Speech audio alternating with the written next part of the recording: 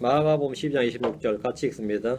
죽은 자들이 일어나는 일에 관하여는 너희가 모세의 책에서 하나님께서 떨기나무 속에서 그에게 이르시되 난 아브라함의 하나님이요 이삭의 하나님이요 야곱의 하나님이라 하신 것을 읽지 못하였느냐. 죽은 자들이 일어나는 일에 관하여는 이랬죠. 부활에 관하여는 이 말이에요. 부활에 관하여는 너희가 모세의 책에서 출애굽기에서 말이에요.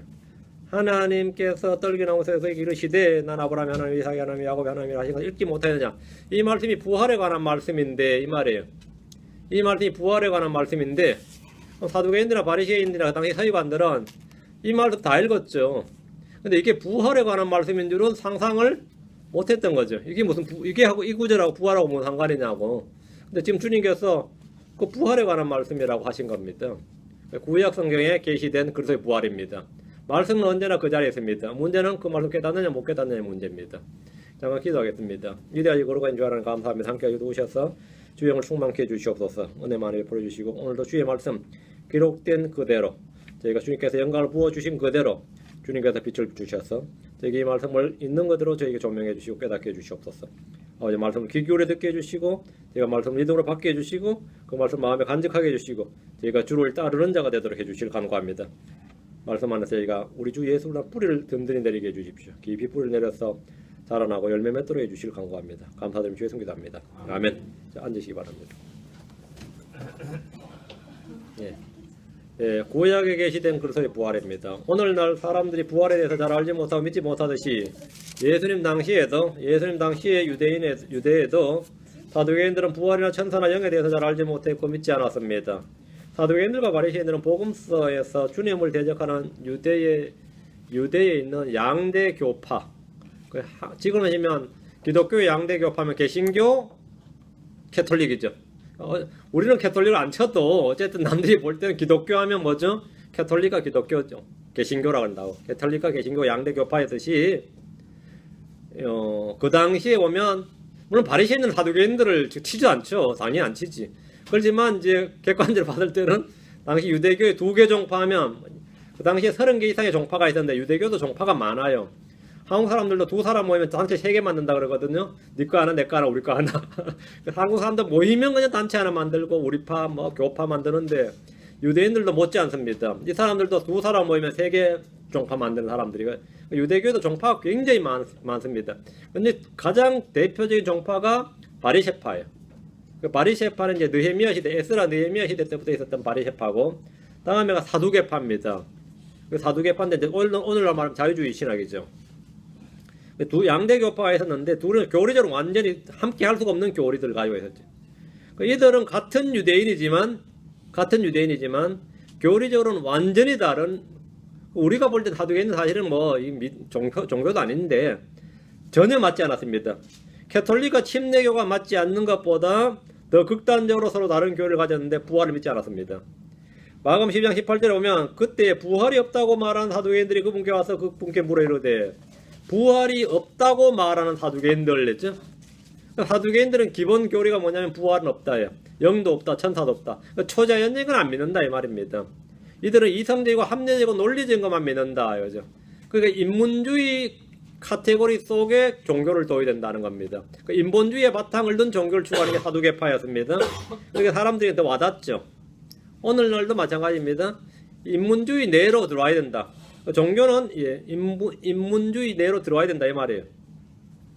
사두개파 그런 종교였는데 이들은 하나님을 믿고 모세를 믿고 율법을 지키지만 그 유월절 가서 다 지켜요. 모세의 율법을 다 지키는데 죽음으로 끝이지 무슨 부활이 있느냐는 겁니다. 무슨 부활이 있느냐 이거예요.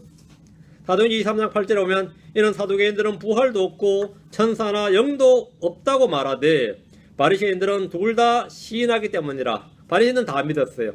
천사도 있고 부활도 있고 영들도 있단 말이죠. 자, 이런 사두개인들 향해서 주님은 구약 성경에 나오는 부활을 증언해 주었습니다. 예수는 누구에게라도 성경을 가지고 복음을 증언하시고 입증하셨습니다. 모든 교리는 성경으로 확증하셨습니다. 그리스도의 고난과 부활은 구약 성경에 미리 기록되어 있는, 미리 증언된 말씀입니다. 누가복음 24장 44절 46절에 보면 또 그분께서 그들에게 이르시되 내가 여전히 너와 함께 있었을 때 너에게 말한 말고 모세의 율법과 대언자들의 글과 시편의 나에 관하여 기록된 모든 것이 반드시 성취되어야 하리라 한 말들이 이것들이라. 내가 이전에 너희와 함께 있었을 때 너희에게 말한 말들 하고 나서 그 뒤에 뭐죠?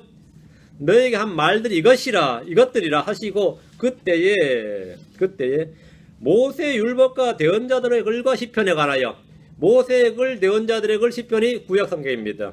구약 성경을 세 개로 나눌 때 이렇게 신약 성경을 나눌 때 우리가 복음서, 뭐죠? 바울 서신, 공동 서신, 서신서, 복음서, 서신서, 계시록 이렇게 나누는 것. 똑같은 거예요. 구약은 모세 율법, 시편, 대언서입니다. 대언자들의 글이에요. 여기에 나에 관하여 기록된 모든 것이 반드시 성취되어야 하리라 한 말들. 이게 내가 너희들한테 옛날에 했던 말들이다 이거예요. 예수님 평소에 항상 구약 성경을 가지고 말씀하셨다는 거죠. 자, 주님이 사용하신 성경은 모세 율법과 대언자들의 글과 시편의 글이었습니다. 그분께서 그들에게 이르시되 이같이 기록되었은즉 이같이 글 속에서 이같이 기록되었은즉 그 기록이 이렇게 되어 있기 때문에 이같이 기록되었은즉 이같이 그리스도가 고난을 받고 셋째 날 죽은 자들도 일어나는 것이 마땅하니라 말씀하셨습니다. 그럼 구약성경 어디에 이런 게 기록되어 있다는 말인가요? 응? 내가 구약성경 한두 번 읽은 사람도 아니고 바리새인들은 줄줄 깨는 사람들이에요. 응? 특히 모세오경 같은 거는 바리새인들은 다 암송했습니다. 줄줄 외운 사람들인데 이같이 기록되었은즉 이같이 그리스도가 고난을 받고 셋째 날 죽은 자들로부터 일어난 것이 마땅하니라 그 말씀을 하셨어요. 그럼 구약성경이 그게 있어야 되는 거죠. 그게 있어야 된단 말이죠. 자, 그럼 구약성경 어디에 그리스도의 고난과 죽음과 부활이 기록되어 있는 겁니까? 구약의 대언자들은 그리스도의 고난과 부활에 대해서 증언했고 탐구를 했습니다. 예수님도 계속해서 그 말씀 그 기록되었을 때 하고 말했어요. 베드로전서 1장 11절에 보면 자기들 안에 계신 그리스도 영께서 그리스도의 고난과 그 뒤에 있을 영광을 미리 증언해 주실 때에 그 영께서 무엇을 혹은 어느 때를 표적으로 보여주셨는지 탐구하였느니라. 그 대언자들은 자기들 안에 있는 영께서 증언해 주셨다. 뭘 증언해 줬냐면 그리스도의 고난과 그 뒤에 있을 영광을 미리 증언해 주실 때에 미리 증언해 주시니까 그걸 탐구한 거죠. 증언이 없으면 탐구를 못하는 거죠. 증언이 있었다 이거. 증언이 있었다. 미리 증언해 주실 때에 무엇을 혹은 어느 때를 표적으로 보여주셨는지 탐구하였느니라. 우리 주님께서 성경을 펴서 자신을 증언하신 것은 성경이 자신을 증언하고 있기 때문입니다. 모세는 예수 그리스도에 관하여 기록했습니다. 요한복음 5장 46절에 너희가 모세를 믿었더라면 나를 믿었으리니 그는 나에 대하여 기록하였느니라. 그는 나에 대하여 기록하였느니라. 모세는 나에 대해서 기록했다. 모세는 예수 그리스도에 관해서 기록했다 이거죠. 모세는 자신에 대해서 기록한 것이 아니라 그리스도에 대해서 기록했습니다. 대언자들은 그리스도의 고난과 그 뒤에 있을 영광을 탐구했습니다. 성경 기록들은 예수님을 증언하는 것들입니다. 요한복음 5장 39절에 성경 기록들을 탐구하라. 너희가 그것들 안에서 영원한 생명을 얻는 줄로 생각하거니와 그것들은 곧 나에 대하여 증언하는 것들이니라. 그것들은 성경 기록들은 나에 관하여 나를 증언하는 것들이니라 했습니다. 우리가 성경을 탐구하는 것은 그 속에 기록된 우리 주님에 관한 증언들을 찾아서 공부하는 겁니다. 우리는 기록들 속에서 이같이 기록되었을 때라는 이같이 기록되었을 때 그 기록을 탐구하는 거죠. 사도행전의 사도들이 시작을 기록하기 전에 구약 성경으로 복음을 전했습니다. 사도 바울은 로마서로 복음 전한 거 아닙니다. 사도 바울이 데살로니가 전후서 가지고 로마에 가서 유대인들한테 변론하고 설득한 거 아니에요. 구약 성경 가지고 한 겁니다. 그들은 그리스도의 고난과 부활에 대해서 구약 성경을 펴서 증언했고 그분이 그리스도의 힘을 증언했습니다. 사도행전 26장 22절 28장 3절 사도행전 26장 22절 28장 23절 자, 사도 바울이 어떻게 셋집에서 증언했는지 보시기 바랍니다. 사도행전 26장 22절 그러므로 하나님의 도우심을 받아 난 이날까지 계속해서 작은 자와 큰 자에게 증언하며 난 증언했다 이거예요. 오직 대언자들과 반드시 모세가 반드시 일어나리라고 말한 그것들만을 말하노니 바울이 말한 것은 뭐였다는 거죠? 오직 대언자들과 모세가 반드시 일어나리라고 말한 그것들 한마디로 모세의 글과 대언자들의 글을 말했다는 거예요. 내가 지금 다른 이야기 한 거 아니다 이거죠. 오직 대언자들과 모세가 반드시 일어나리라 말한 그것들만을 말하노니 했어요. 그래 유대인들은 먹혀들죠. 유대인들은 구약을 믿으니까. 사도 바울이 평생 전한 복음 그가 선포한 예수 그리스도의 죽음 고난과 죽으심과 부활은 자기 생각이나 사상이나 신학을 말한 것이 아니라 대언자들과 모세가 반드시 일어나리라고 말한 그것들만을 말하노니 그것들만 말했다 이거예요. 바울은 구약 성경을 펴들고 복음을 선포했다는 사실을 우리는 분명하게 알 수 있습니다. 바울은 모세가 말한 것들, 즉 모세 율법을 선포한 것이 아니라 모세가 그것들 안에 있는 예수 그리스도, 그것들 안에 기록한 예수 그리스도를 증언했다는 겁니다. 그것들 안에 예수 그리스도를. 사도행 28장 23절. 사도행 28장 23절. 그들이 그를 위해 한 날을 정하고 많은 사람이 그에게 나와 그의 숙소로 들어오니 그가 아침부터 저녁까지 모세 율법과 대언자들의 글을 가지고, 사도 바울의 손에 뭐가 잡혀 있는 거죠? 모세 율법과 대언자들의 글을 가지고 예수님에 관하여 그들을 설득하며 그들에게 하나님의 왕국을 풀어 설명하고 증언하니라. 바울 사도는 온종일 한 일이 뭐였냐면 모세 율법과 대언자들의 글을 가지고 예수님을 증언했어요. 모세 율법과 대언자들의 글을 가지고. 사도 바울이 유대인들에게 설득하며 설명할 때 쓴 것은 사복음서나 로마서나 갈라디아서가 아니었습니다. 내가 쓴 책이 있는데 이러면서 그걸 증언하지 않았다 이 말입니다. 그는 모세 율법과 대언자들의 글을 가지고 그들에게 하나님의 왕국을 풀어 설명하고 증언했습니다. 왜 그렇게 했습니까? 유대인들이 가진 성경은 구약이었고 그들이 믿고 있는 것도 구약 성경이었기 때문입니다. 구약 성경 속에 예수 그리스도의 고난과 죽음과 부활에 관한 모든 내용이 다 들어있었습니다. 여러분이 그걸 믿었냐 하면 우리 구약 믿는다 그러면 그건 믿으라 이 말이에요. 여기 증언이 있으니까. 여러분 구약 성경 속에 이런 내용이 있다는 사실을 알고 있습니까? 알고 있었다든가 배웠다든가 알았느냐 이 말입니다. 주님은 부활을 믿지 않는 사두개인들의 시험과 도전에 모세의 글을 가지고 부활을 말씀해 주셨습니다. 지금 못 믿으면 다 지켜봐. 3년 뒤에 내가 다 죽었다 일어날 테니까. 그게 아니었어요.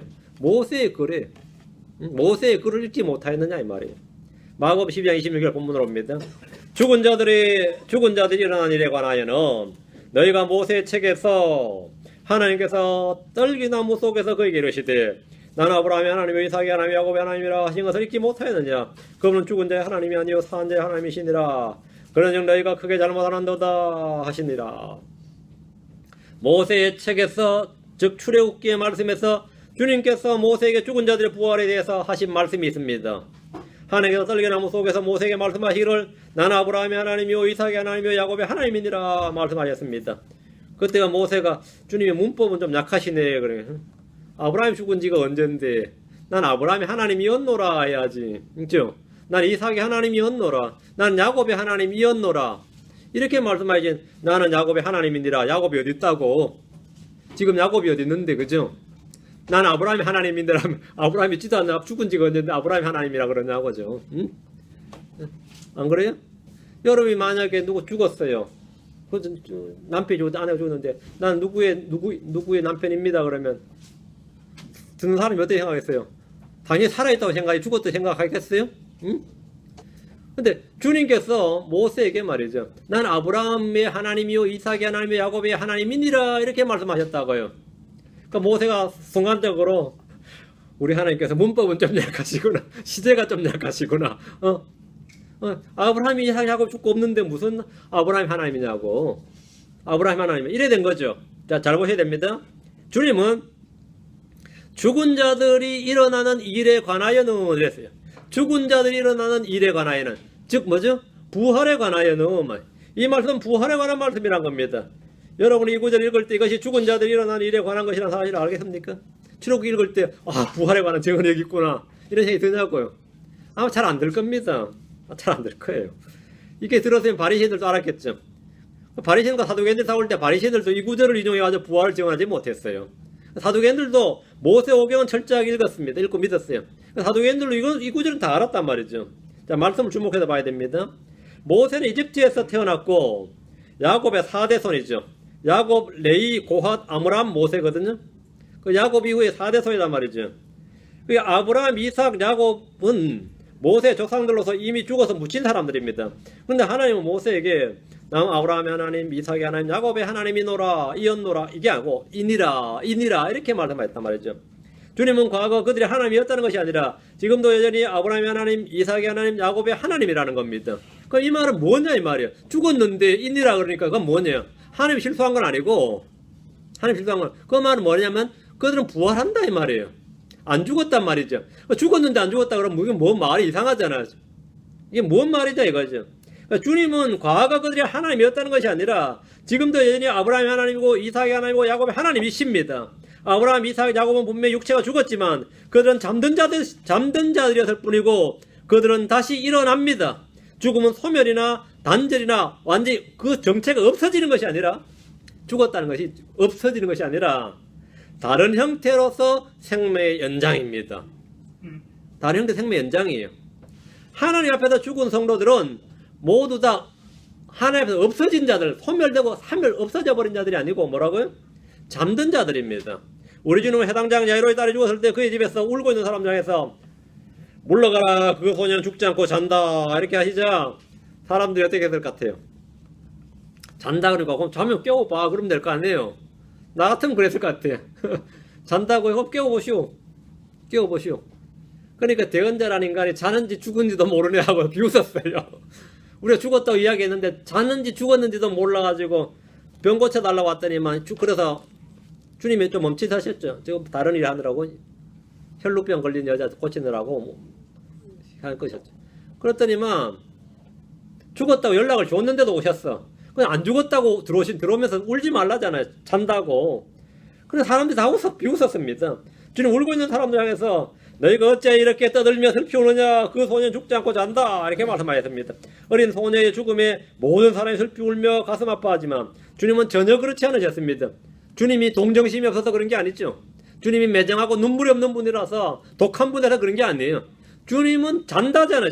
자는데 누가 울겠습니까? 자는데 누가 슬프겠어요? 누가?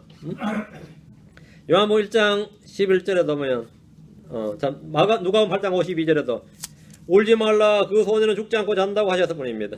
나사로가 죽었을 때도 마찬가지입니다. 요한복음 11장 11절에 이것들을 말씀하시고 그 뒤에 그분께서 그들에게 이르시되 우리 친구 나사로가 잠자는도다. 내가 그를 잠에서 깨우러 가노라. 잠에서 깨우러 가노라. 죽은 자들이 다시 일어나는 것은 뭐냐고? 잠에서 깨는 것 같은 거예요. 주님은 죽은 나사로를 일으키시는 일을 내가 그를 잠에서 깨우러 가노라 이렇게 말씀하셨습니다. 성도들의 죽음은 잠입니다. 여러분 밤이든 낮이든 잠드는 것이 두렵거나 무섭거나 떨립니까? 어때요?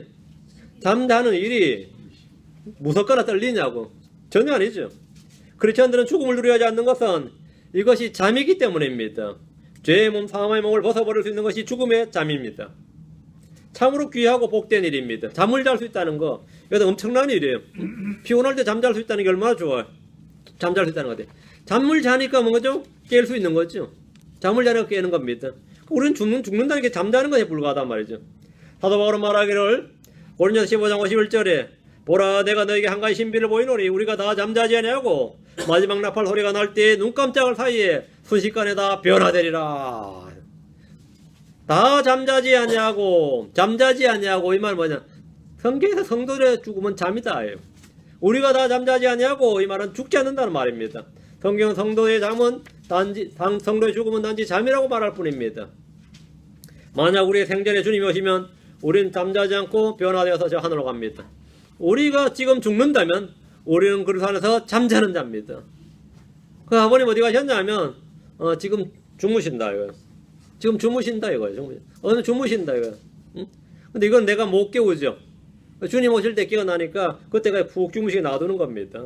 여러분 아버님 없어진 거 아니에요. 없어진 게 아니라 잠자는 겁니다. 잠자는데 너무 오래 자니까 몸은 그냥 처리하는 겁니다. 그냥 응? 이거는 새로운 몸을 입을 수 있는 방법이에요. 새로운 몸을 입을 수 있는 방법. 잠잔다 죽는다는 것은 엄청난 복이죠. 죄인들에게 주어진 복입니다. 몸이 죽을 수 있다는 것은. 이게 천년만년 산다, 이 몸으로 천년만년 산다는 것은 상당히 난감한 문제예요. 우리가 지금 죽는다면 잠자는 것이다. 다음 이 데살로니가서 4장 14, 15절. 우리가 예수님께서 죽으셨다가 다시 일어나셨음을 믿을진데 그와 같이 예수님 안에서 잠든 자들도 하나님께서 그분과 함께 데려오시리라. 우리가 주의 말씀으로 너에게 이것을 말하노니 곧 주께서 오실 때까지 살아남아있는 우리가 결코 잠자는 자들보다 앞서지 못하리라. 잠자는 자들. 잠자는 자들이란 말씀을 보십시오. 죽은 자들은 성경을 뭐라냐? 잠자는 자들 이렇게 말합니다. 하나님은 죽은 자의 하나님이 아니요 산 자의 하나님이십니다. 아브라함, 이삭, 야곱은 죽은 것이 아니라 뭐라고? 산자다예요. 나는 아브라함이 하나님이오 이 말은 뭐죠? 아브라함이 살아있다 이거예요. 없어졌다는 거예요. 사람들에게 말은 죽었다는 뭐죠? 없어졌다죠. 성경에서 말은 죽었다는 뭐죠? 없어졌다 아니면 몸이 그냥 몸이 없어진 거지. 아브라함은 살아있어요. 아브라함 혼은 살아있습니다. 이삭의 혼도 나고에 살아있어요. 야곱의 혼도 살아있습니다.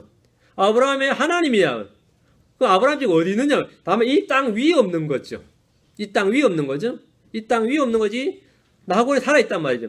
그 아브라함, 이삭, 야곱의 하나님이니라. 그 주님 아브라함이 하나님이었노라 하지 않으시고 그들은 죽었으나 지금 살아있는 자다요. 지금 잠자고 있단 말이죠.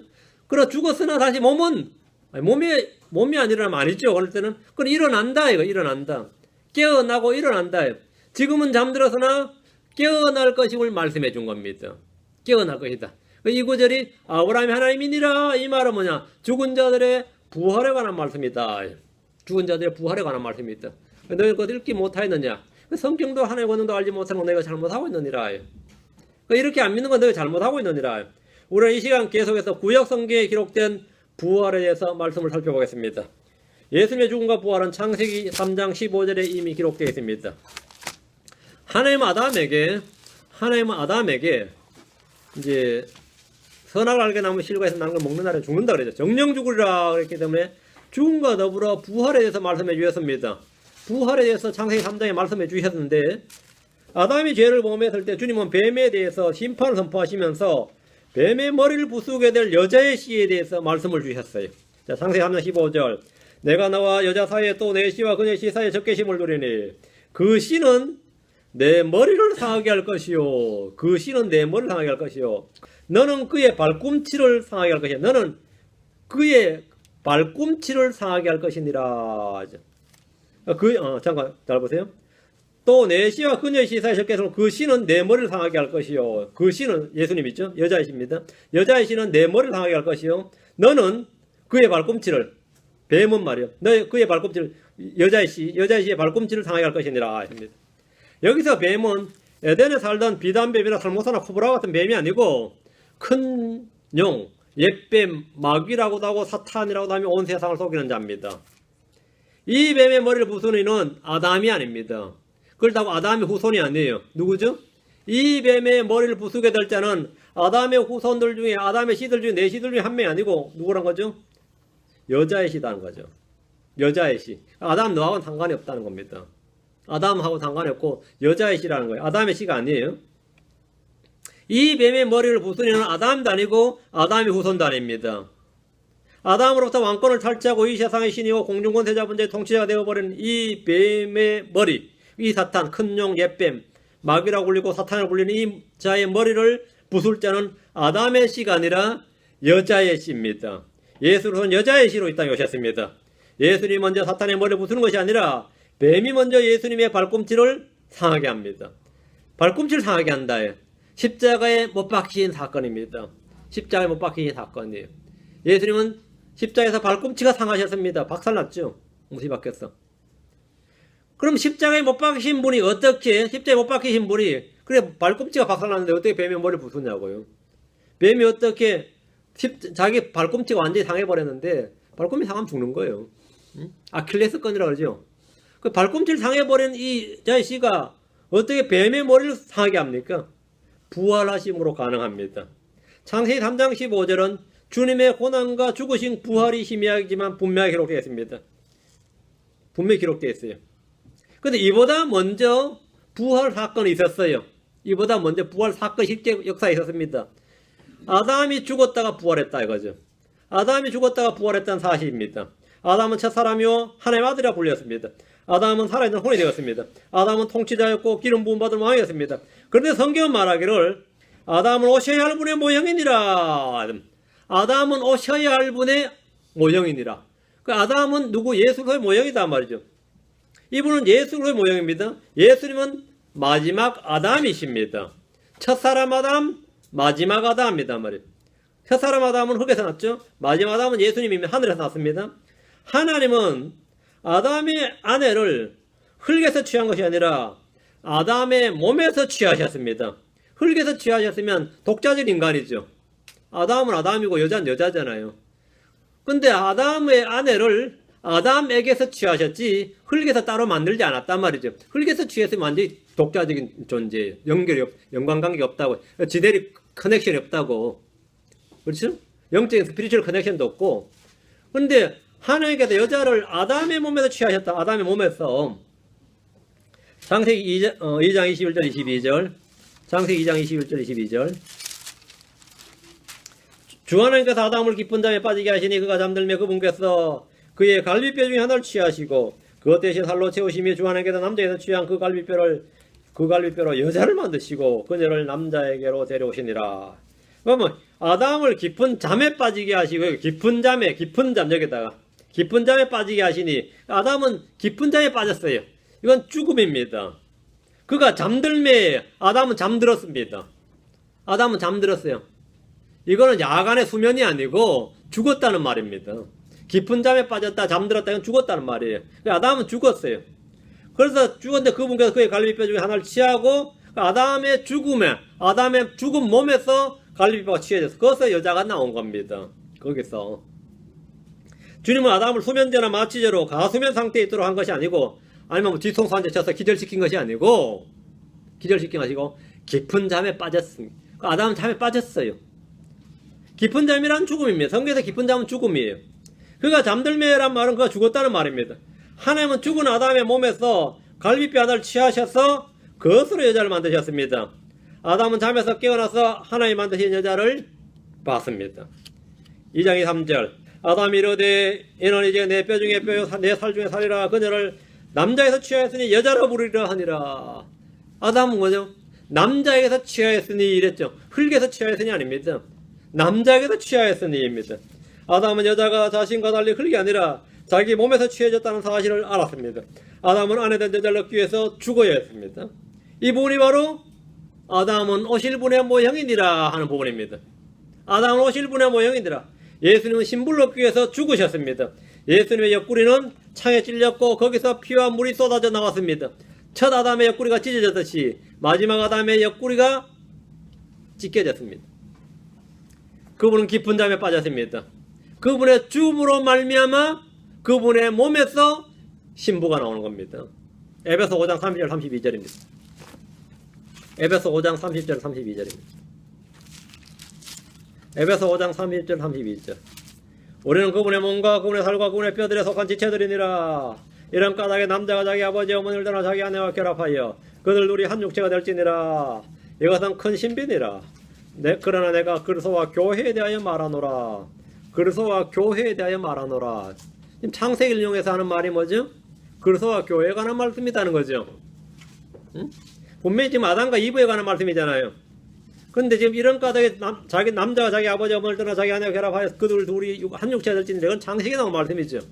근데 지금 성경 뭐라고 하죠? 그러나 내가 그리스도와 교회에 대하여 말하노라. 그리스도와 교회에 관한 거다. 아담은 오실 분의 모형이다 이겁니다. 예수님은 마지막 아담이시다. 아담이 이브를 취한 것, 하나님이 아담에게서 이브를 만들어 주신 것이나 하나님께서 예수 그리스도에게 그의 신부인 교회를 만들어 주신 것은 같은 원리다 이 말입니다. 똑같다 이거죠. 그래서 우리는 그분의 몸과 그분의 살과 그분의 뼈들에 속한 지체들이다. 여자가 바로 아담이 말한 내 뼈 중에 뼈요 내 살 중에 살이니라 한 것과 같은 말씀이죠. 이를 통해서 이 말씀을 통해서 아담을 통해서 아담의 몸에서 아담의 죽음을 통해서 여자인 이브가 창조되었듯이 예수 그리스도를 통해서 교회는 새로운 창조물로 창조되었습니다. 여자가 아담의 살과 뼈로서 지체였듯이 교회는 그분의 살과 뼈들에 속한 지체들입니다. 아담은 여자를 얻기 전에 죽었습니다. 예수님은 교회를 얻기 전에 죽었습니다. 창세기 2장의 사람의 창조에서부터 우리는 예수의 죽음과 부활을 볼 수 있다는 사실은 놀랍게 그지없습니다. 우리는 이 진리에 대해서 창세기 강의에서 상세히 다루었습니다. 관심 있는 분들은 창세기 강의를 또 들으셔야 돼요. 이 창세기 강의를 들으시면 됩니다. 자, 다시 창세기 22장입니다. 창세기 22장 8절, 히브리 11장 19절. 창세기 22장 8절, 히브리서 11장 19절입니다. 창세기 22장 8절.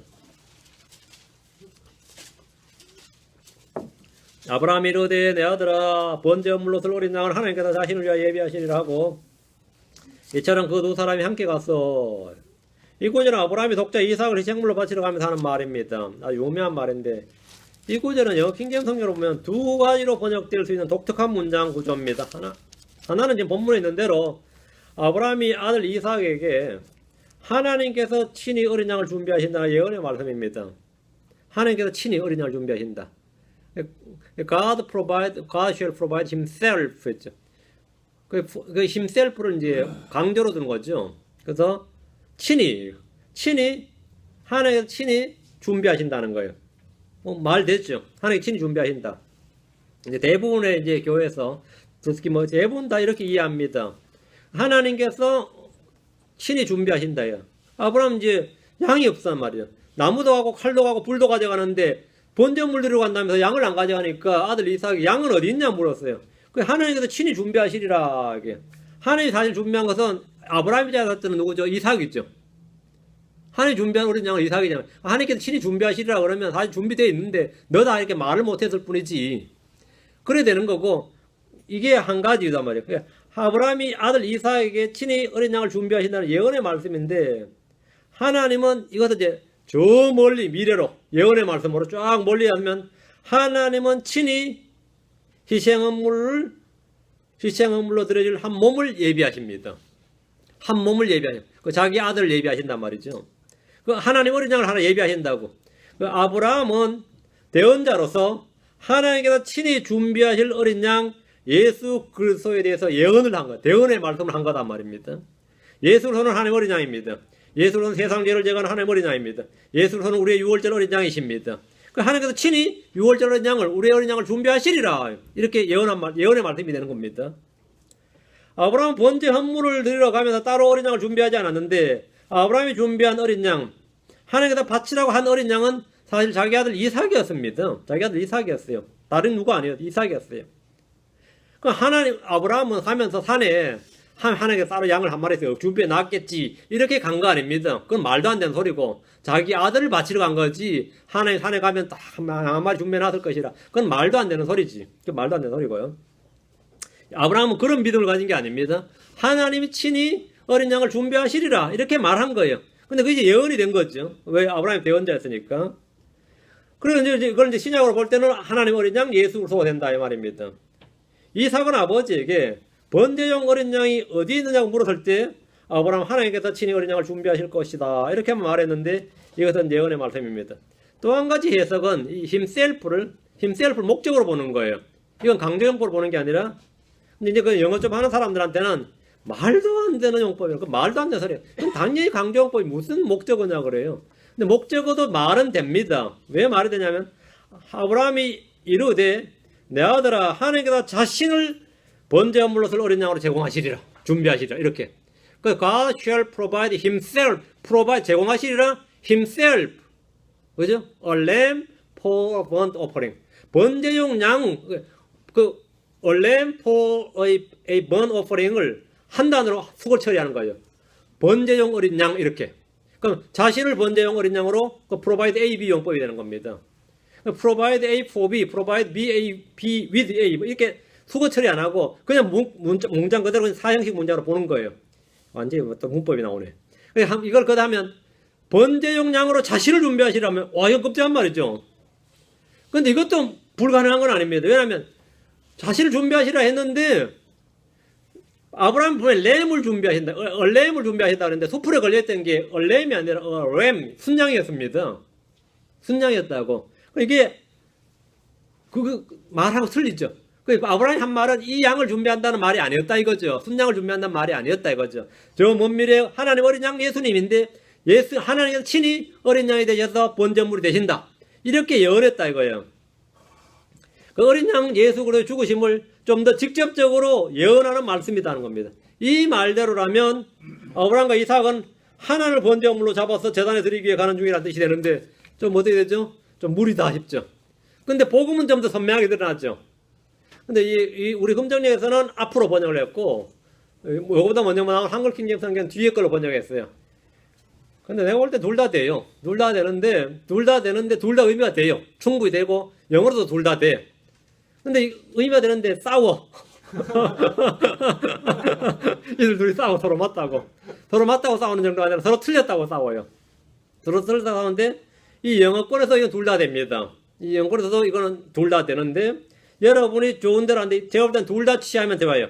아브라함은 이 중의적인 표현으로 말한 게 분명합니다.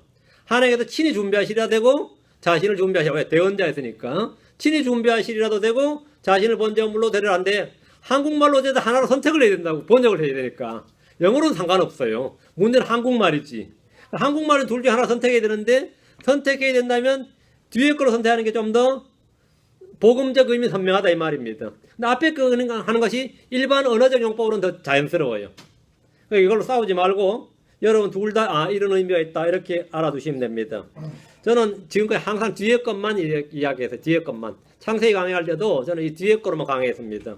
근데 앞에 것을 틀렸다고 말할 필요는 없습니다. 틀렸건 필요 없어요. 어쨌든 간에 중요한 건 아브라함이 이렇게 말했다 이거예요. 모리아 산에 갔을 때 아브라함과 이삭을 하나님이 준비하실 것이라고 했던 어린 양을 두리번거리며 찾거나 뭐 그렇지 않고 아브라함 바로 이삭을 결박해가지고 제단의 나무에 올려놨어요. 그럼 이삭 입장에서 뭐라고 그러죠? 하나님 준비하신다면서요 했을 거 아니야. 그건 니다 이거예요. 하나님 준비하신 거 바로 너다고. 아들을 준비했다고. 왜 그렇게 했냐면 아브라함은 왜 그렇게 했냐면 순간적으로 미친 거예요? 아니면 칼로 찌면서 하나님이 막으시겠지.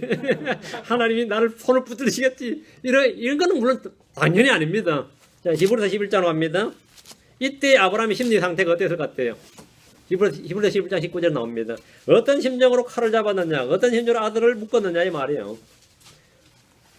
히브리서 11장 19절. 여기서는 상상력을 발휘하면 안 돼요. 기록된 말씀으로만. 히브리서 11장 19절.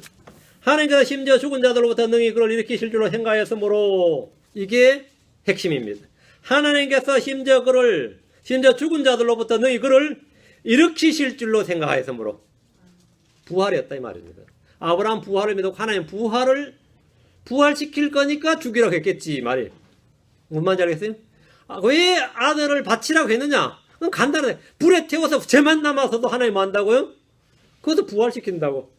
야, 아브라함의 이 믿음은 정말 엄청난 겁니다. 응? 우리가 지금 읽으니까 이러지. 하나님께서 심지어 죽은 자들로부터 능히 그를 일으키실 줄로 생각하였으므로 그렇게 생각을 했다는 거예요. 이거 망상이에요? 아니죠. 이건 정확한 생각이었어요.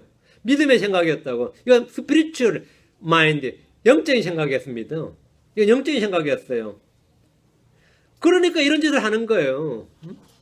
우리도 가끔 그러죠. 아들 죽었는데 병원 안 가고 장사 안 지내고 막 자기 집에 몇 달 놔뒀던 뭐 목사님 이야기가 신문에 가끔 나오고 마누라 죽었는데 그냥 방에다가 놔둬가지고 몇 달 뭐 몇 년이 놨다는 이야기도 있고.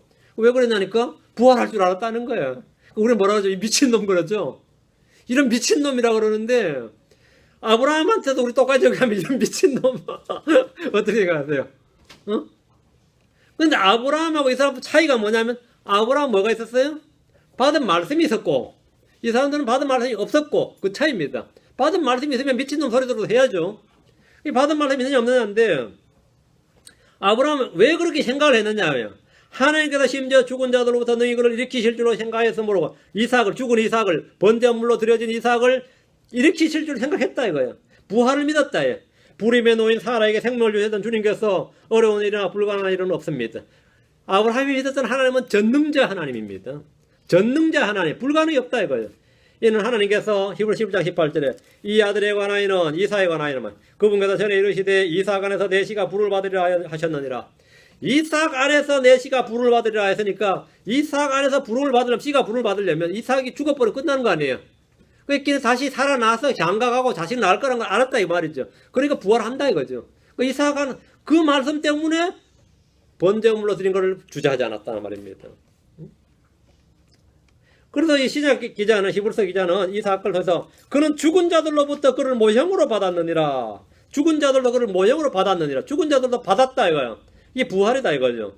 예수 그리스도의 죽음과 부활의 모형이었다는 겁니다. 예수님은 하나님의 독생자이십니다. 하나님은 자신의 아들 예수님을 희생헌물로 화평헌물 화목제물로 우리를 위해 내어주셨습니다. 자, 출애굽기 12장으로 갑니다. 자, 지금 구약 성경 곳곳에 부활이 나온다 이 말이에요. 예수의 부활이 나온다 이거죠. 출애굽기 12장에는 이스라엘이 이집트에서 처음으로 유월절을 지키는 장면이 나옵니다. 어린 양의 죽음과 피를 통해 이스라엘은 아무도 죽지 않았습니다. 그 밤에 아무도 죽지 않았어요. 예수님의 피를 통해서 우리는 구원받습니다. 자, 그럼 부활은 어디에 있습니까? 어린 양의 죽음은 출애굽기 12장에 분명히 나오는데 부활은 어디에 있느냐고요. 6월절이 지나고 무교절입니다. 그럼 무교절 기간 중에 초실절이 있습니다. 무교절 기간에 뭐가 있다고요? 초실절이 있다. 자, 출애굽기 레위기, 이건 레위기를 봐야 되나? 레위기 출애굽기를 12장 표라고 했는데 레위기 3장으로 갑시다. 레위기 3장 10절. 이스라엘 자손에게 말하고 그들에게 이르라. 너희는 내가 너희에게 주는 땅에 들어가 그 땅에 수확물을 거둘 때에 너희 수확물의 첫 열매 한 단을 제사장으로 가져갈 것이요. 그러면 첫 열매 한 단을 제사장에 가져가자. 첫 열매 한 단. 이게 초실절이에요. 예수님은 성령의 첫 열매입니다. 첫 열매 한 단이라 그랬죠. 예수님이 부활할 때 구약 성도들 함께 부활했으니까 첫 열매 first fruit 하고 뒤에 S가 붙어 있습니다. first fruits 이렇게 첫 열매들 이렇게. 예수님은 죽은 자들로 일어났다는 잠든 자들 첫 열매입니다. 고린도서 15장 20절에 그러나 이제 그리스도께서 죽은 자들로 일어나서 잠든 자들의 첫 열매가 되셨도다. 우리 첫 열매 단수라는 첫 열매들이 되셨도다 이랬죠. 또 고린도서 15장 23절에도 그러나 각 사람이 자기 차례대로 되리니 먼저는 첫 열매인 그리스도요 그 다음은 그리스도께서 오실 때에 그분께 속한 사람들이라. 첫 열매들인 그리스도. 예수님께서 곡식단처럼 말이죠. 첫 열매 곡식단이었단 말이죠. 예수님의 펄스로 첫 열매인데 첫 열매들이 된 거죠. 구약의 절기들은 절묘하게 우리 주 예수 그리스도의 사역과 예언의 플랜에 따라 짜여져 있습니다. 그 절기가 그냥 짜여져 있는 거예요. 6월절 있고, 다음에 무교절 있고, 다음에 초실절이 있단 말이죠. 초실절이 있단 말이죠. 그 초실절이 뭐냐요? 바로 부활이다 이거죠. 6월절 어린 양이 되신 주님께서 무교절에 묵체에 섰고, 무교절 무덤에 섰고, 다음에 초실절이 일어나셨다 이 말입니다. 첫 열매가 되셨다 이 말이에요. 예수님의 부활에 대한 가장 위대한 구약의 예표는 요나의 사건입니다. 자, 마태복음으로 가면서 마태복음 12장 39절 40절. 다음 요나서 2장입니다. 마태복음 먼저 보시고 다음 요나서로 갑니다. 마태복음 12장 39절 40절입니다. 그분께서 그들에게 응답하여 이르시되 악하고 엄난한 세대가 표적을 구하되 대언자 요나의 표적에는 아무 표적도 그 세대에게 주지 아니하리라. 요나가 밤낮으로 사흘 동안 고래 뱃속에 있었던 같이 요나의 몸이 말이죠. 밤낮으로 사흘 동안 고래 뱃속에 있었던 같이 사람의 아들도 밤낮으로 사흘 동안 땅의 심장부에 있으리라. 땅의 심장부 누가 있죠? 예수 그리스도 혼이. 그렇죠? 자, 잘 보셔야 됩니다. 됐고 이렇게 되어 있습니다. 요나는 죽어서 어디 간 것 같아요? 몸은 당연히 고래 뱃속에 있었어요. 예수님 죽어서 몸은 어디 있었죠? 요셉의 동굴 무덤에서 요셉의 무덤에 놓였죠. 자, 그럼 혼은 다 어디 갔었죠? 요나의 혼은 어디 갔습니까? 지옥 갔습니다. 요나 혼은 지옥 갔어요. 예수님 혼은 어디 갔어요? 지옥 갔습니다. 구약의 내언자들 중에서 요나는 지옥에 다녀온 유일한 사람입니다. 그는 주께 불순종함으로 그 몸은 고래 뱃속에 있었고 그 혼은 지옥에 있었습니다. 요나가 죽지 않고 고래 뱃속에서 사흘 동안 기절해 있었다든지 거의 죽기 직전에까지 갇혀있지만 죽진 않았다든지 거의 가수면 상태에 있다가 살아났다든지 이런 식의 가르침은 성경과 아무런 상관이 없습니다. 요나는 고래 뱃속에서 죽었고 그의 혼은 지옥에 있었다가 나왔습니다. 요나서 2장으로 갑니다. 요나서 2장 1절 2절. 요나서 2장 1절 2절. 아마 이 구절은 이 말씀은 대한민국에서는 한국어로 쓰는 사람은 이 교회에 있는 사람 빼고 못 듣습니다. 왜 그런지 아세요? 다 성경을 이상하게 번역해 놔가지고. 요나서 2장 1절 2절. 그때 요나가 물고기 뱃속에서라는 부분을 언더라인 치세요. 물고기 뱃속에서 합니다. out of the belly입니다. out of belly. 그때 요나가 물고기 배 밖에서 주 자기 하나님께 기도하며 이르되 내가 고난을 일어나여 주께 부르짖었더니 그분께서 내 말을 들으셨고 내가 지옥의 뱃속에서 부르짖었더니 아닙니다. 인더가 아닙니다. from도 아니고 out of 내가 지옥의 배 밖에서 부르짖었더니 주께서 내 목소리를 들으셨나이다. 요나가 지금 살아 나온 상태입니다. 요나는 어디 있었다고요? 몸은 물고기 배에서 나왔고 혼 어디서 나왔다는 거죠? 지옥의 배 밖으로 나왔다고. 아우럽을 왜 전부 속에서로 보내야 될 것 같아요. 예, 계획 뺏긴 거지 뭐. 뭐 간단하지 뭐 다른 거 없어 뺏긴 거예요. 응? 그러니까 킹잼성에 번역했다 그러면 사실 킹잼성에 안 한 거지 얘들아. 예. 킹잼성에 보면 out of 이래 돼 있죠. out of 돼 있죠. 물고기 뱃속에서 기도하려면 말이죠. 요나가 만약 물고기 뱃속에서 기도했다. 그럼 요나는 혼이 어떻게 되죠? 지옥 안 간 겁니다. 지옥을 안 간 거야. 물고기 뱃 살아있어야 물고기 뱃속에서 기도할 거 아니에요. 만약에 지옥에서 기도했다면 요나 죽은 게 맞습니다. 물고기 뱃속에서 기도 못합니다. 둘 중에 하나 안 맞아요. 맞죠? 잘 보세요. 본문을 잘 생각해 보세요. 물고기 뱃속에서 기도할 수 있었다면 지옥에서는 기도 못하는 거고, 지옥에서 기도했다면 물고기 뱃속에서는 기도 못하는 거예요. 맞아요? 뭐 따질 것 없지 뭐. 이거 헷갈릴 것 없지. 물고기 뱃속에서 기도했다면 요나는 물고기 뱃속에서 지금 살아있으니까 의식이 있으니 무의식이든 가소면 하는 무슨 아직 살아있으니까 혼은 지옥에 안 간 거잖아요. 혼에서 지옥에서 기도 못하지 당연히 물고기 뱃속에서 기도했으니까. 지옥에서 기도했다면 당연히 물고기 뱃속에서 죽었으니까 물고기 뱃속에서 기도 못한 거죠. 그러니까 이거는 이 번역은 그 자체가 말이 안 된다고. 그래서 내가 이걸 가르쳐주면 아이고 잘못했냐고 고치면 되죠. 이거 뭐 중학교 1학년 단어 아니야. 아우로 이게 뭐 어려워요? 바삭바삭 웃기는 거야. 야, 인간의 그 자존심이란 게 말이죠. 응? 바닥바닥 웃기는데 지금도 웃기고 있을 거예요 아마. 응? 그러니까 저는 그래서 상대를 안 합니다. 이제는 더 이상 상대 안 해요. 하도 엉뚱한 걸 바닥바닥 웃기기 때문에. 옛날에 엄청나게 고쳐줬는데 지금은 이제는 안 고쳐주지. 듣든지 말든지. 우리는 그렇다고 해서 이대로 믿을 수는 없으니까 킹제임스 성경에 맞춰서 믿는 겁니다. 자, 그래서 물고기 뱃속에서 나왔다. 지옥의 뱃속에서가 아니라 물고기 배에서 나왔다. 하면 뭐냐? 부활이죠. 요나가 고래 뱃속에 던졌다는 거 다 아는 사실인데 그때 요나가 물고기 배 밖에서 주 자기 하나님께 기도하며 하면 뭐죠? 부활이죠. 그러니까 부활을 가르쳐주고 있잖아요. 예수님은 부활을 가르쳐준 겁니다. 요나의 마태복음 12장 39절 40절은 죽음이 아니라 부활이 핵심 부활이라고. 부활. 땅에 심장부 있다 부활한다고. 3일 밤 3일 나도. 요나의 표적의 핵심은 죽음이 아니라 부활이라고요. 근데 지금 요나서 그렇게 번역되어 있으면 부활이 다 가려지는 거죠. 구약의 대언자들 중에서 지금 유일하게 죽었다가 부활한 사람인데 요나는 자기 민족을 위해서, 요나 너무 욕할 거 없습니다. 물론 하나님께 불손자였지만 요나는 자기 민족을 위해서 자신이 대신 심판을 받고 하나님의 심판을 받고 저주를 받아서 지옥에 간 거예요. 그 아무나 할 수 있는 일 아닙니다. 그 아무나 할 수 있는, 요나는 했습니다. 그 요나는 내 하나 죽어서 민족을 살리겠다는 거예요. 대제사장 가야바가 뭐랬어요? 예수님 죽기 전에 예수 하나 죽어서 민족을 살리는 게 옳다 이거예요. 그때 대언자에서 그렇고 대언했다는 거예요. 그게. 그 요나가 바로 예수님의 표적이란 말입니다. 그 요나의 표적이라고 그러잖아요. 요나의 죽음이나 요나 받은 심판, 이거 전부 다 민족을 위한 것이었다는 점에서는 요나 완벽한 예수 그리스도의 모형입니다. 예수님 역시 자기 민족을 구하기 위해서, 그 넘어서 온 세상을 구하기 위해서, 요나는 자기 민족만을 위해서고 예수님은 자기 민족을 위해서 또 온 세상을 위해서 죽으셨고 혼이 지옥으로 갔습니다. 혼이 지옥 갔죠?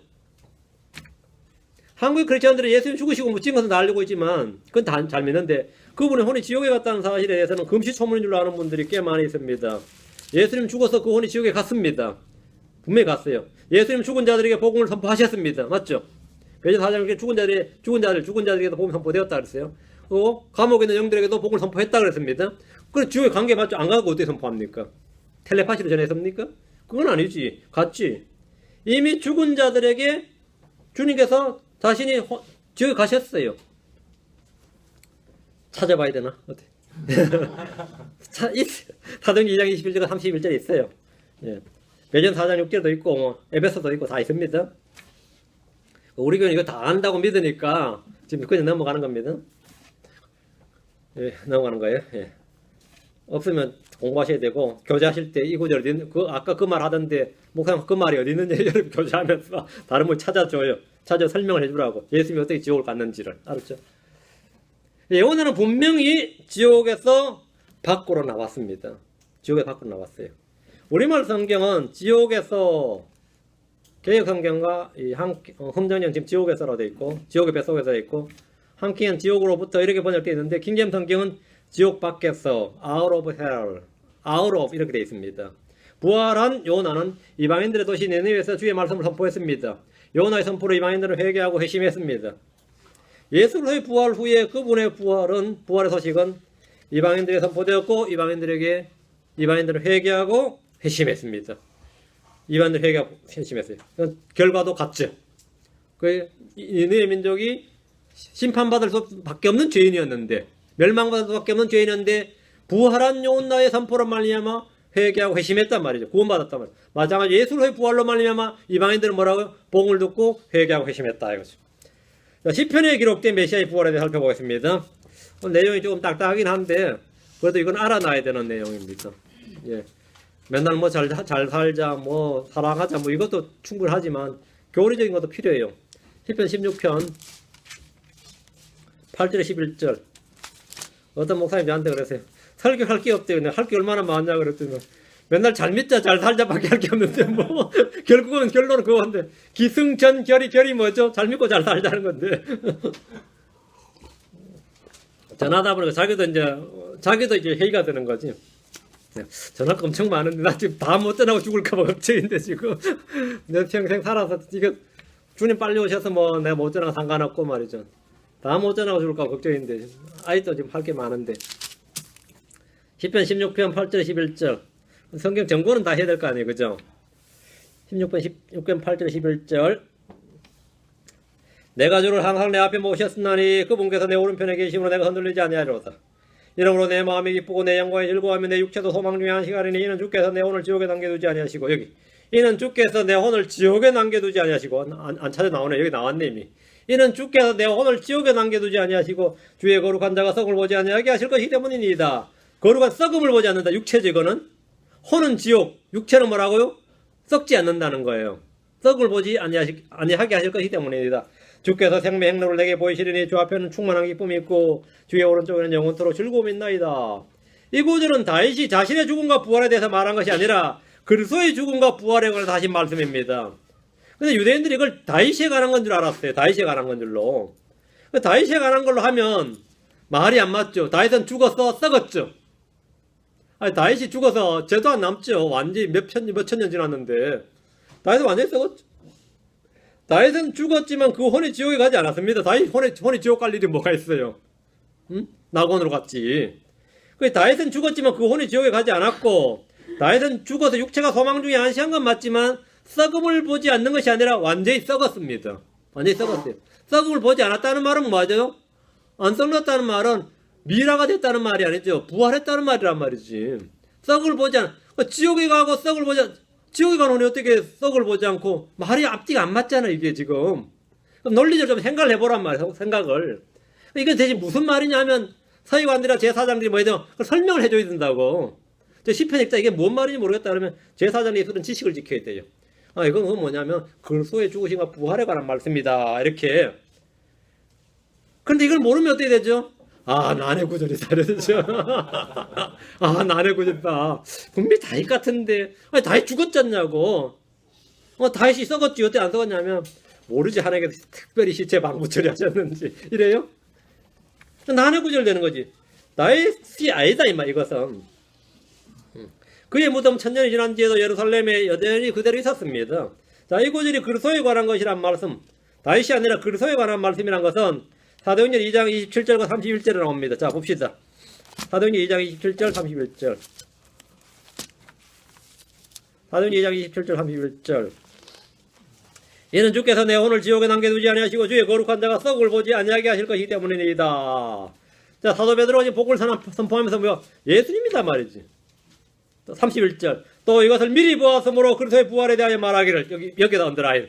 그리스도의 부활에 대하여 말하기를 했죠. 자신의 부활에 대하여 말하기를 아닙니다. 그리스도의 부활에 대하여 말하기를. 그의 혼이 지옥에 남겨지지 아니하였고 그의 육체도 썩을 보지 아니하였느니라. 그럼 예수님의 부활로 말미암아 정확하게 성취된 거죠. 예수님의 부활했다. 사도 베드로는 그리스도의 고난과 죽으심과 부활에 대한 시편을 인용하면서 선포했는데 예수의 부활, 예수의 죽으심과 부활이 이 구절을 성취했다는 겁니다. 정확히 성취했다 이거야. 그런데 뭐 부활이 없다느니 뭐 그런 말을 할 수 있느냐? 없대. 구약 성경 자체에 다 나온다 이거죠. 예수님의 죽으심과 부활은 당연한 것이고 부활해야 정사이단 말이죠. 3일 만에 부활해야 정사이다 말이죠. 그분의 몸이 썩지 않아야 정사이고. 사도행전 13장으로 갑니다. 32절 37절. 사도행전 13장 32절 37절. 좀 깁니다. 우리가 너에게 기쁜 소식을 밝히 알리노니. 기쁜 소식이 이게 복음이죠. 우리가 복음을 알린다. 복음을 전파한다 이 말이에요. 그것은 그 조상들의 하신 약속. 복음이 약속이지. 복음의 약속이라고 하잖아요. 바로 그 약속을 하나님께서 예수님을 다시 일으키심으로써 그들의 자손은 우리에게 성취하셨다는 것이라. 예수님의 부활로 말미암아 하나님이 주신 복음의 약속이 성취가 됐다 이거야. 복음이 뭔데요? 예수님께서 죽으시고 묻히셨다가 부활한다까지 복음이죠. 이게 예수님의 부활로 말미암아 우리의 성취가 됐다고. 근데 이것은 조상들에게 약속하신 것이다. 그러니까 조상들이 약속하신 것이란 말은 구약에 다 있다 이 말이에요. 구약에 다 있다고. 그것은 또 시편 2째 편에 기록된 바 너는 내 아들이라 이날 내가 너를 낳았도다 함과 같도다. 또 그분께서 자 복음은 3가지예요. 첫째가 너는 내 아들이라 이날 내가 너를 낳았도다 함과 같도다. 그러니까 하나님께서는 자신의 아들을 낳으셨다. 이건 주님께서 조상들이 하신 약속이죠. 여자의 씨, 아브라함의 씨, 다윗의 씨라고 그랬으니까 조상들이 하신 약속이야. 이 약속이 하나고 그걸 성취했다고요. 또 그분께서 그분을 죽은 자들로부터 살리시고 부활이죠. 이제 다시 썩음으로 되돌아가지 아니하게 하실 것에 관하여는 그냥 몸이 그냥 그대로 부활해서 또 죽는 게 아니란 말이죠. 영화로 몸을 부활했기 때문에 다시 썩음으로 돌아가지 않는다. 다시 죽지 않는다고요. 영원한 생명이라고요.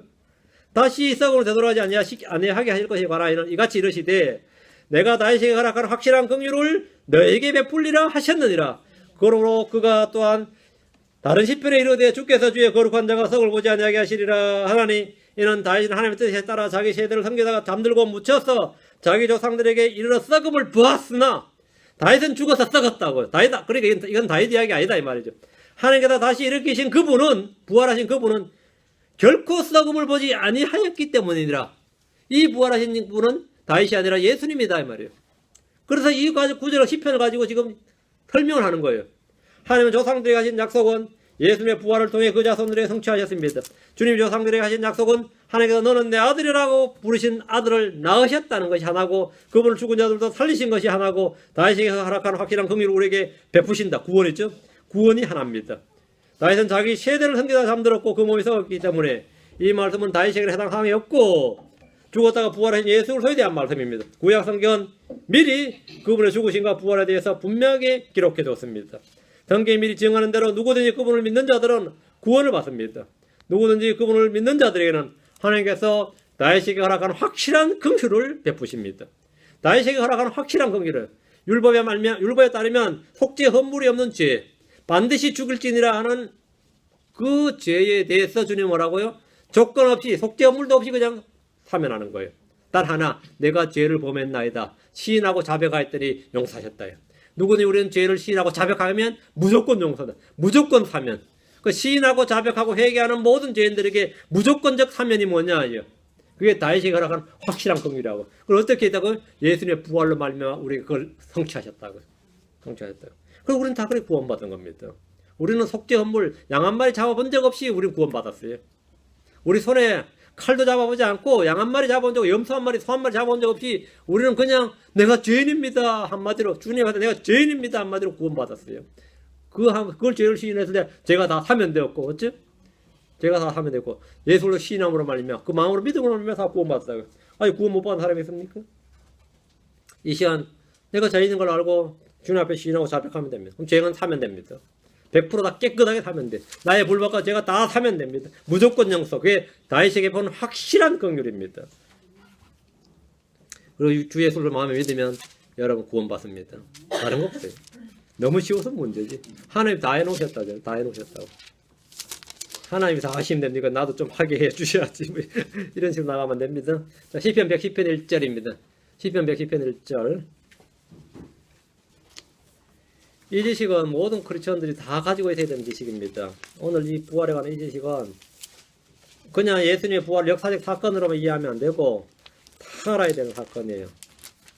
시편 110편 1절 주께서 내 주께 말씀하시기를 내가 내 원수들을 내 발받침으로 삼을 때까지 너는 내 오른편에 앉아있으라 하셨도다. 주께서 하나님이죠. 내 주께 말씀하시기를 내 주께는 예수를 섭니다. 그 하나님 아버지께서 예수님에게 말씀하시기를 말이에요. 내가 내 원수들 내 발받침으로 삼을 때까지 너는 내 오른편에 앉아있으라 하셨도다. 이 구절은 우리 주님께서 친히 인용하셨고 사도들이 주님을 증언할 때 인용한 유명한 구절인데 유대인들은 메시아가 다윗의 자손이라는 정도는 다 알고 있었어요. 메시아가 누구의 자손이겠느냐 그러면 다윗의 자손이다 그랬어요. 그러니까 주님께서 물으셨어요. 자 마태복음 22장으로 갑니다. 이 구절 기억해 두셨다가 마태복음 22장 42절 45절 이 구절 인용하고 있습니다. 그분께서 그들에게 이르시되 그러면 어찌 다윗이 영안에서 그를 주라 부르며 주께서 내 주께 말씀하시기를 내가 내 원수를 발받침으로 삼을 때까지 너는 내 오른편에 앉아있으라 하셨도다 하느냐. 그러면 다윗이 그를 주라 부를진데 어찌 그의 자손이 되겠느냐 하시니. 자 메시아 그리스도가 다윗의 자손이라면서요. 근데 왜 다윗은 자기 자손한테 주라고 불렀느냐고요. 자손인데 어떻게 주라고 부르겠느냐 했어요. 그럼 생각을 해보라 이거예요. 자손한테 어떤 조상이 자기 자식한테 주라 부르냐고. 자식이 아버지한테 조상한테 주라 부르지. 근데 그럼 어찌 주라 부르겠느냐. 다윗이 그를 주라 부를진데 어찌 그가 그의 자손이 되겠느냐 이랬어요.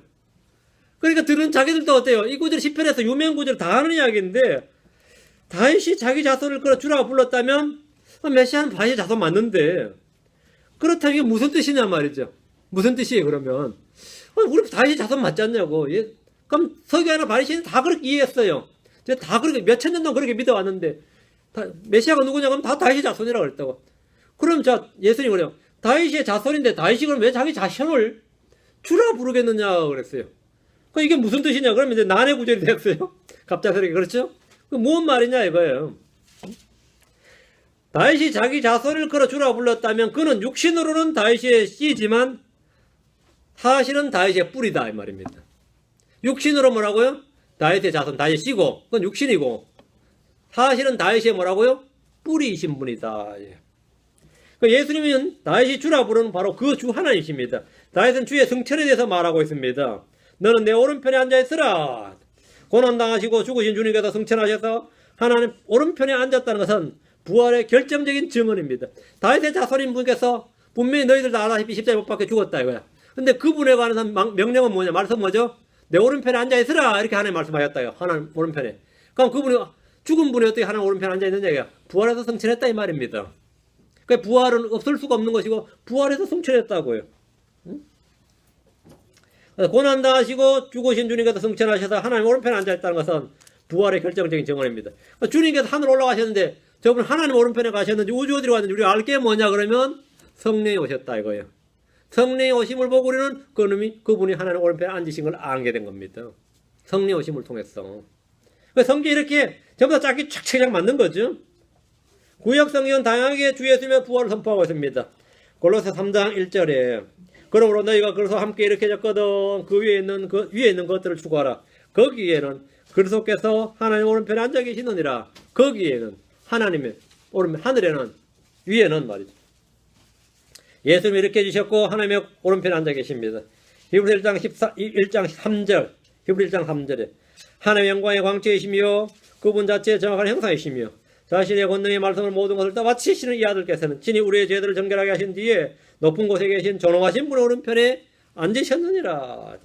예수님이 하나님의 오른편에 앉으셨다는 것은 그분이 땅에서 죽으심을 통해서 사역을 완성하시고 부활하셨다는 것을 전제로 합니다. 자, 대언서로 갑니다. 이사야 53장입니다. 대언자들의 글에 있다 해서 대언자들의 글에 봅니다.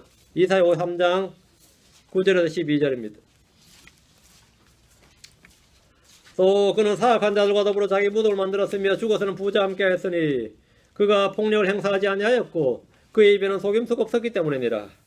그러나 주께서 그를 사하게 하는 것을 기뻐하사 그를 고통에 두셔선즉 주께서 그의 혼을 죄로 인한 헌물로 삼으실 때 그가 자기 씨를 보고 자기 날들을 길게 하며 또 주의 기뻐하신 일이 그의 손에서 번영하려다. 그가 자기 혼이 해산의 고통을 치는 것을 보고 여기 언더라인. 그가 자기 혼이 해산의 고통을 치는 것을 보고 만족하게 여기리라. 나의 의로운 종이 자기 지식으로 많은 사람을 의롭게 하리니 그가 그의 불법들을 담당하리라. 여기 뭐 고난과 죽음과 무치심이 다 나오죠. 근데 그 다음에 뭐가 나오죠? 그가 자기 혼의 해산의 고통을 치는 것을 보고 그가 자기 혼의 해산의 고통 그가 자기가 죽은 걸 자기가 봤어요. 그건 뭐죠? 부활했으니까 봤지. 그가 자기 혼의 해산의 고통을 치는 것을 봤다. 이 말은 뭐죠? 그가 자기가 못 박힌 걸 보고 자기 상처를 봤다는 말은 뭐예요? 부활했다는 말이지. 이 속에 여기서 지금 부활을 안 보이, 이 구절 읽으면서 부활이 안 보인다면 여러분이 성경 잘못 읽고 있는 거예요. 여기서 지금 부활이 보여야 됩니다. 자,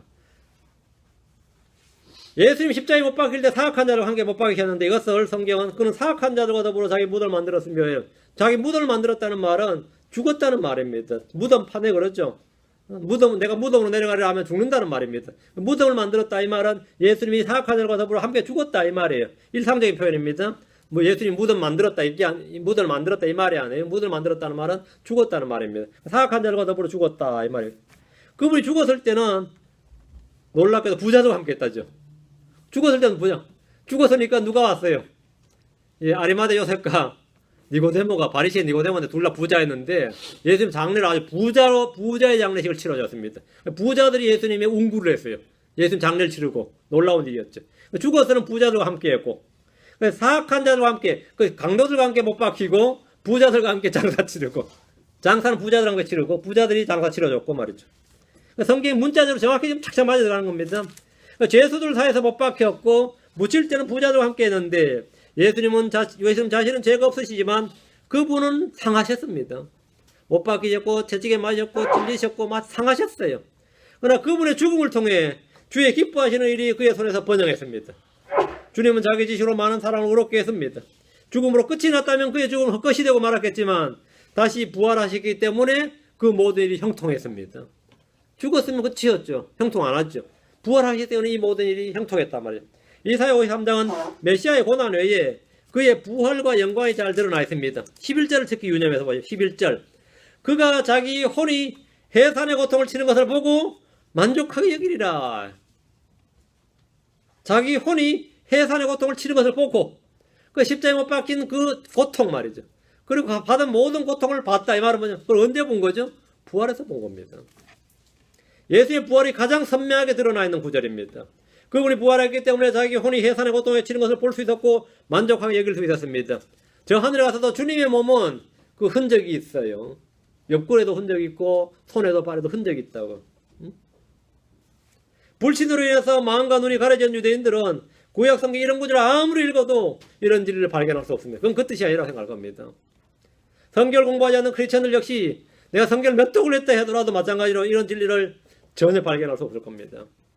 우리가 눈이 열렸다면 구약성경 곳곳에서 우리 주님이 받으신 고난과 부활에 대해서 상세하게 볼 수 있습니다. 지금 누가복음 다시 가서 24장 25절 27절. 예, 그분께서 그들에게 이르시되 누가복음 24장 25절 27절입니다. 예, 그분께서 그들에게 이르시되 오 어리석고 대언자들이 말한 모든 것을 마음에 더디 믿는 자들이여 그리스도가 이런 일들로 고난을 당하고 자기의 영광에 들어가야 함이 마땅하지 아니하냐. 왜? 모세와 모든 대언자들의 글에서 시작하여 모든 성경 기록들에서 자기에 관한 것들을 그들에게 풀어 설명해 주시니라. 모세의 글에서 모세와 모든 대언자들의 글에서 창세기부터 폈다 이 말입니다. 창세기 3장부터 폈대요. 아담의 죽음부터 첫사람 아담부터 시작했다. 첫사람 아담부터 시작했어.